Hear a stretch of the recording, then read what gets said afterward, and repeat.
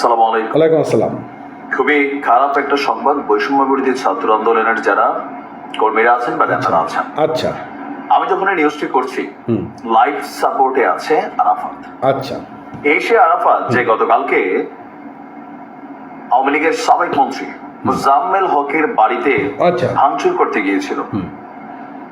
তারপর সেখানে আওয়ামী লীগের নেতা কর্মীরা তারা পরিকল্পিতভাবে ছাত্রদের বক্তব্য যে মাইকে ঘোষণা দিয়ে লোকাল মানুষকে তারা বলছে যে এখানে ডাকাত পড়ছে। আচ্ছা, আবার লোকাল মানুষ হোক আওয়ামী লীগের হোক, দাবি হচ্ছে আওয়ামী লীগের নেতা কর্মীরাই করছে। তো বেধড়ক ভাবে পিটিয়েছিল। গতকালকে বলছি 3 জনের অবস্থা আশঙ্কাজনক। ওই 3 জনের মধ্যেই একজন ছিল আরাফাত। আরাফাত এই মুহূর্তে আল্লাহর জিম্মায় আছে, এক ধরনের আমরা বলতে পারি তাকে লাইফ সাপোর্টে নেওয়া হয়ে গেছে। ডাক্তার বলছে আমরা সর্বোচ্চ চেষ্টা করছি, চিকিৎসার আর কোনো কিছু আমাদের হাতে নাই, বাকিটা উপরওয়ালার ইচ্ছা। তো যতটুকু বোঝা যাচ্ছে ছেলেটা হয়তো আর বাঁচবে না। আরেকজনের অবস্থা খুবই খারাপের দিকে যাচ্ছে, কাশেম। দর্শক, এই মুহূর্তে আমরা আমাদের গণমাধ্যম থেকে দেখছি যে গাজীপুরের দক্ষিণ খান এলাকায় সাবেক মুক্তিযুদ্ধ বিষয়ক মন্ত্রী আকম মোজাম্মেল হকের বাড়িতে যে গতকালকে ভাঙচুরকে কেন্দ্র করে পাল্টা হামলার ঘটনা ঘটেছে, সেখানে গুরুতর আহত আরাফাতকে এই মুহূর্তে লাইফ সাপোর্টে নেওয়া হয়েছে। আজকে ঢাকা মেডিকেল কলেজের হাসপাতালের যিনি পরিচালক আছেন ব্রিগেডিয়ার জেনারেল মোহাম্মদ আসাদুজ্জামান, তিনি এই তথ্য জানিয়ে বলছেন যে ঢাকা মেডিকেল কলেজের চিকিৎসাধীন গাজীপুরে হামলার ঘটনায় আহত 8 জনের মধ্যে 2 জনকে রাখা হয়েছিল আইসিইউতে। আর তাদের মধ্যে একজনের অবস্থা অবনতির দিকে যাওয়ায় তাকে লাইফ সাপোর্টে নেওয়া হয়েছে। আর বাকি যে 6 জন আছে তাদের মধ্যে তাদেরকে রাখা হয়েছে আপনার বার্ন ইউনিটে, বৈষম্য বিরোধী আন্দোলনে আহতদের চিকিৎসার জন্য নির্ধারিত বিশেষায়িত ওয়ার্ড। আমি জানতাম না যে এরকম হাসপাতালে ওয়ার্ড আছে কিনা, যে বৈষম্য বিরোধী ছাত্রদের জন্য আলাদা চিকিৎসার জন্য একটা ওয়ার্ড করা হয়েছে। আচ্ছা, তো পরিচালক বলছেন আহতদের চিকিৎসার জন্য 5 সদস্যের মেডিকেল বোর্ড গঠন করা হবে। আর আগামীকালকে থেকে মেডিকেল বোর্ড তাদের সার্বিক চিকিৎসার ব্যবস্থা করবেন। আর যিনি আইসিইউতে ডিউটিরত চিকিৎসক আছেন ডাক্তার সৌমেন দে, তিনি বলছেন যে গতকালকে আমাদের এখানে কাশেম যার বয়স 17 এবং ইয়াসিন আরাফাত সাগর যার বয়স 25, এই নামে 2 জন রোগী রয়েছে। এর মধ্যে কাশেমকে প্রথম দিন আনা হয়েছিল, আর রবিবার দিবাগত রাত 3:30টার দিকে খুবই গুরুতর মুমূর্ষু অবস্থায় আনা হয়েছিল ইয়াসিন আরাফাতকে। তো কাশেমের মাথায় অপারেশন করা হয়েছে, তিনি কিছুটা ভালোর দিকে, কিন্তু ইয়াসির আরাফাতের অবস্থা অবনতির দিকে। আর এই কারণে তাকে সর্বশেষ লাইফ সাপোর্টে নেওয়া হয়ে গেছে। তো ডাক্তার বলছেন আমরা যথাসাধ্য চিকিৎসা দিয়ে যাচ্ছি, বাকিটা আল্লাহর ইচ্ছা।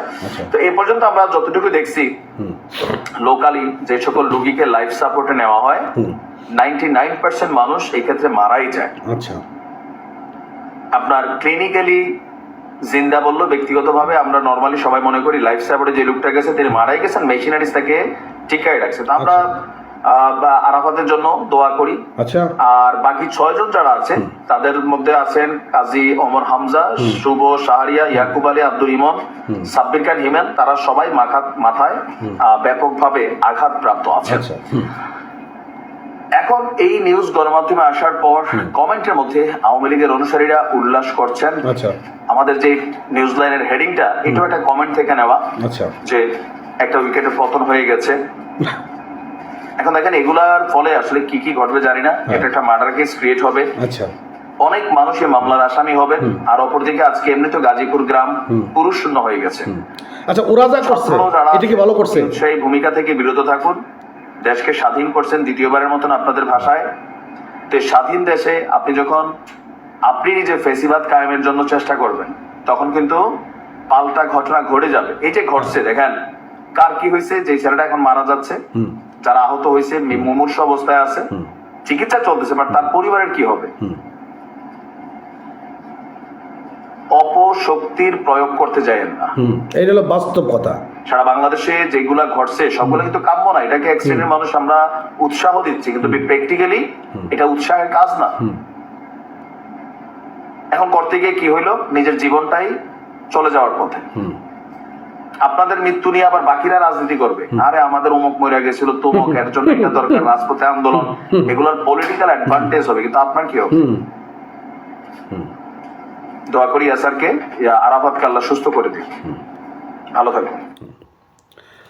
তো বিষয় হচ্ছে যে ওইটা জায়গায় যে ছেলেটা গিয়েছে, সেখানে আঘাতপ্রাপ্ত হয়েছে, মারা গেছে বা মারা যাবে বা বেঁচেও থাকতে পারে, যেটাই হোক। আমার কথা বা আমার জায়গা থেকে আমি যেটা মনে করি যে তারা যে কাজটা করতে গেছিল, এই কাজটা কি ভালো করতে গেছিল? তারা কি অন্যায় করতে যায় নাই? এখন যখন আপনার উপর মব হচ্ছে, যখন আপনার পরিবারের উপর, আপনার পরিবারকে আক্রান্ত করা হচ্ছে, আক্রমণ করা হচ্ছে, তখন আপনি কি করবেন? আমার এই প্রশ্নের উত্তরটা দিন। তখন আপনি কি করতে পারেন আপনার বিবেকের জায়গা থেকে? যখন আপনি দেখতেছেন যে একের পর এক বাড়ি ঘর আগুন দিচ্ছে, একের পর এক অন্যায় কাজ হয়ে যাচ্ছে, কাজটা তো অবশ্যই নিঃসন্দেহে অন্যায়। কারণ শেখ হাসিনা যে ফ্যাসিবাদী ছিল, তিনি যে কার্যকলাপ করছে এতটাও কিন্তু সে করে নাই যে এই 5-6 মাসে যে ঘটনাগুলো ঘটছে, এত ঘটনাও কিন্তু শেখ হাসিনা সারা জীবনও ঘটায় নাই। এটা বাস্তবতা কথা, যেভাবেই নেন না কেন। তো অন্যায় অন্যায়, এটা মানতে হবে, এটা স্বীকার করতেই হবে। তারা যে কাজটা করতে গেছিল, এটাও কিন্তু একটা অন্যায়। একের পর এক ধ্বংস করতেছে, একের পর এক লুট করতেছে, একের পর এক বাড়িঘর আগুন দিচ্ছে। প্রতিহত যেহেতু যখনই করবেই তো স্বাভাবিক, প্রতিহত করতে গেছে, কেস ঘটে গেছে। যখন আন্দোলন হয়, আন্দোলনে পুলিশ যখন টিয়ার শেল মারছে, তখন ছাত্ররা কী করছে? প্রতিহত করছে। প্রতিহত করতে যায়, শেখ হাসিনার পতন হয়ে গেছে। যদি শেখ হাসিনা টিকে যেত, শেখ হাসিনা কী বলতো? আপনারা এখন বোঝেন।